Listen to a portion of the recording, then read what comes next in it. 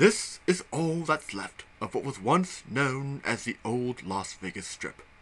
During the Zombie War of 2112, it was the site of the epic battle which would decide the fate of humanity itself. The Battle of the Old Strip was the defining battle of the zombie wars. However, I would say that the true turning point was at the Mall of America. It was at that point that people realized that zombies were not only mindless creatures who hungered for brains. Their threat was so much more. It was always about the need to feed. However, it didn't take us long to realize our methods weren't working.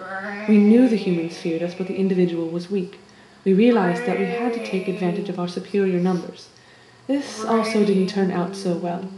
We knew we needed cunning and strategy.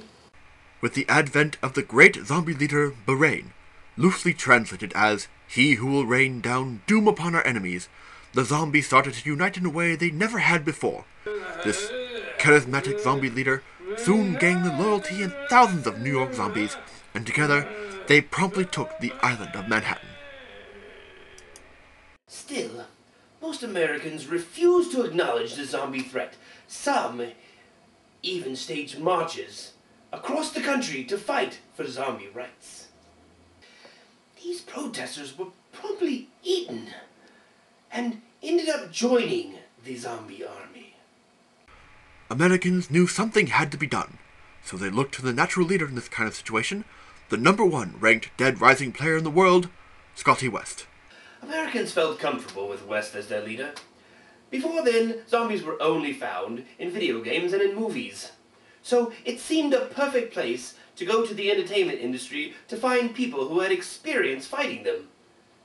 It all seemed like a foolproof plan. West had thousands of soldiers stationed in the Mall of America to help stage one of the most spectacular defenses in world history. Sadly, the gamer was no match for the cunning of Barain, and the human army was slowly overwhelmed and defeated. The humans really underestimated the staying power of the zombie army. It was a mistake for them to have a video game master instead of someone with legitimate military experience in charge. In the second week of the battle, the humans realized that the zombie armies outnumbered a crushing 42-1, and were forced to escape using aerial support. Fortunately for the humans, there was hope. A bold Las Vegas resident realized that the different tactic must be taken with the zombie army.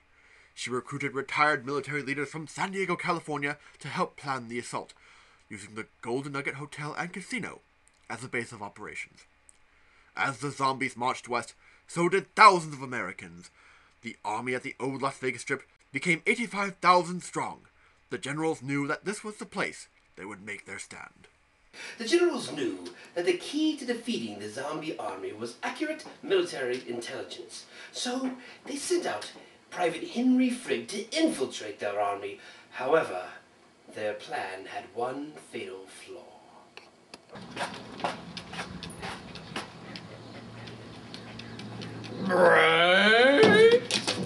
Brains?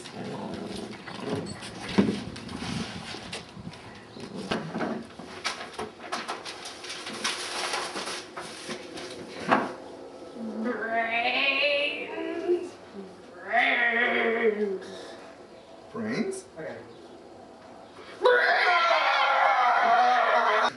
While the humans were disheartened, this gave the generals an idea.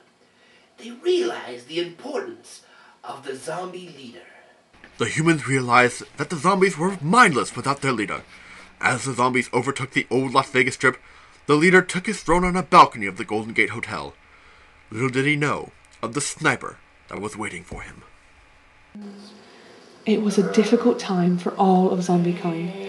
While Barain was definitely an extremist, he was the first true leader to come out of zombiekind. Without him, the zombie offensive completely crumbled. The zombies actually had to go on the defensive. It was actually a dark time in human history. In the glory of the triumph over the zombies, many people took zombies in as prisoners, slaves, and even pets. It would be years until the zombies were emancipated, and even longer still before a zombie leader would emerge and lead the zombies in a struggle for their rights.